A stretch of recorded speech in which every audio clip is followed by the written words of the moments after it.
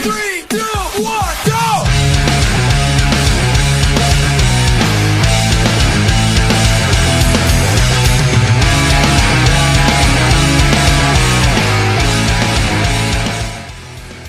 Hey folks, Aaron here. Welcome back to the anime review. Today we're looking at Sword Art Online Season 3, Episode 2. Now, by the way, yes, I had to think for a second what episode we're on. I was thinking it's Episode 3, but then I realized that technically last week's episode was all one episode. That threw me off a little bit. Anyways, though, so we are introduced to this new world that Kirito has just found himself awakening in. And he doesn't know right away if it's a virtual world or if it's something of a dream. He can't figure that out until he meets Yu-Gi-Oh, who's going to be one of the big characters of the season, and in general, you know, one of the bigger characters of this whole arc is going to be Yu-Gi-Oh. But yeah, you know, you guys might remember from episode 1 Yu-Gi-Oh, just from the brief thing that they had with Kirito, him, and Alice way back when they were kids. But that will play into a story that you will understand as it goes along. You know, these characters don't remember each other for the most part. Like, Kirito has no memories of meeting Yu-Gi-Oh, even though he has flashbacks of what seems like nostalgia concept. You know, like he thinks that he remembers a young boy and a young girl, but he doesn't know who they are. He doesn't know it's Yu-Gi-Oh, and he doesn't know it's Alice that he's thinking of. And even likewise, Yu-Gi-Oh also doesn't know Kirito at all. And in terms of story, it's 6 years have passed in this virtual world already. So, you know, Kirito's like, what is this place? You know, is another person like me? Is it a AI? You know, what is this? And quickly he learns, though, that this is a virtual world. He sees that, you know, they have the status menus where you can do the icon with your fingers and activate a log window. But, you know, the concepts here are very different. And there are things that there are rules in place. For example, the taboo index, which is going to be a big factor of the series. I mean, if not to spoil it, but in the opening, you see Yu-Gi-Oh's red eye. That has to do kind of with the taboo index to a certain degree. And I'll get more into that when we get closer to that revelation. But you know, there are a lot of things here that cause specific rules to be followed. You know, like, for example, we learn about Yu-Gi-Oh's calling, which is to break down the Gigas tree, which has been not broken for 300 years, I believe. And many generations have tried to cut this thing down and have only gotten to a little part of it. And that's going to be definitely one of the things that happens pretty soon.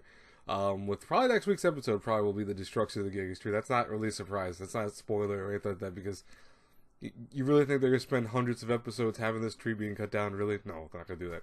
But I won't explain how that happens. And it's interesting the way it happens in general. It also kind of gives Kirito more of a realization of what world he's in. But you already started having the base set up already, because really, this week's episode didn't do a lot. It was kind of very dull in comparison to last week's episode, which was, you know, impactful. There's a lot of stuff that happened last week. We had introductions, we had concepts thrown at us, we had jargon thrown at us, and then we have this week's episode, which is just a kind of almost like very chill episode, probably the best way I could put it. It wasn't really doing anything spectacular. And, you know, besides the opening and closing, which we got full of, which, by the way, I love the opening. I think the opening is great. Ending song, it's not bad. Ending song, I don't know if you guys like have the same thoughts, but it reminds me of a very like older song type, where like something almost from like the 80s or 90s of type of anime. I don't know why that is, but it has that same sound to it. But, you know, this week's episode didn't do much. You know, it was really meant to be kind of a base. And I think it's almost interesting you would have an episode 2 as a base, because episode 1, it just throws you into a lot of stuff, and it kind of sets up the whole entire arc, you know, in its own right. But episode 2 in this case is legit trying to set up, okay, here's Kirito, here's the situation, we're going to follow it along now. And, you know, like I said, if this goes along with the books, that'd be kind of cool. I mean, I'd be happy about that, because the books are very detailed. The light novels for the series have been amazing, like I always say. And I think one of the biggest things with Sword Art is the light novels are way better than the anime was. So I wouldn't mind an anime, you know, for this third arc to be focused more on the light novels, to be kind of almost bit by bit those stories. But at the same token, it's going to be very interesting, because there are times that the light novels are very slow. And there are also times things skip very fast. Well, I think it's by, I want to say about maybe 11 or 12, where you have this huge jump in time, and you also have this huge amount of stuff that starts just coming out of nowhere. and then slow down again, and then it kind of speeds back up again, and then slows down again and speeds up, and it stays at a kind of, you know, I want to say regular pacing, but I want to see that transitions into anime, because I feel like that would be almost maybe 20 episodes right there worth of content that could be changed a little bit here and there, and I'm curious how that's going to work. But what do you guys think about episode 2 of Sword Art? I'm seeing already mixed reviews of everything. You know, some people are loving this new season. Some people think it's just as bad as the first season, which I don't know why you would think this is just as bad. I think so far it's hasn't done enough to even be comparable to a, you know, bad element of season. You know, here's the thing. Think of Fairy Dance. Fairy Dance is still the worst part of Sword Art in my mind. I don't care if you liked Gun Gale Online or not. Fairy Dance was terrible. So if this is better than that, at least I think it's better already than the first season in many ways. But we'll see what happens. Anyways, I will talk to you guys later. As always, guys and girls, I'm trying to review this series out on Saturdays when I can. It's like 7 o'clock right now, probably when this is going to be launched up.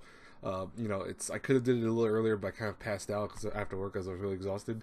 So we'll see what happens. You know, I'm going to review this as best as I can, episode by episode. It'll be let's see, a kind of indication if I can do this. Goblet Slayer is another show I'm going to not review per se.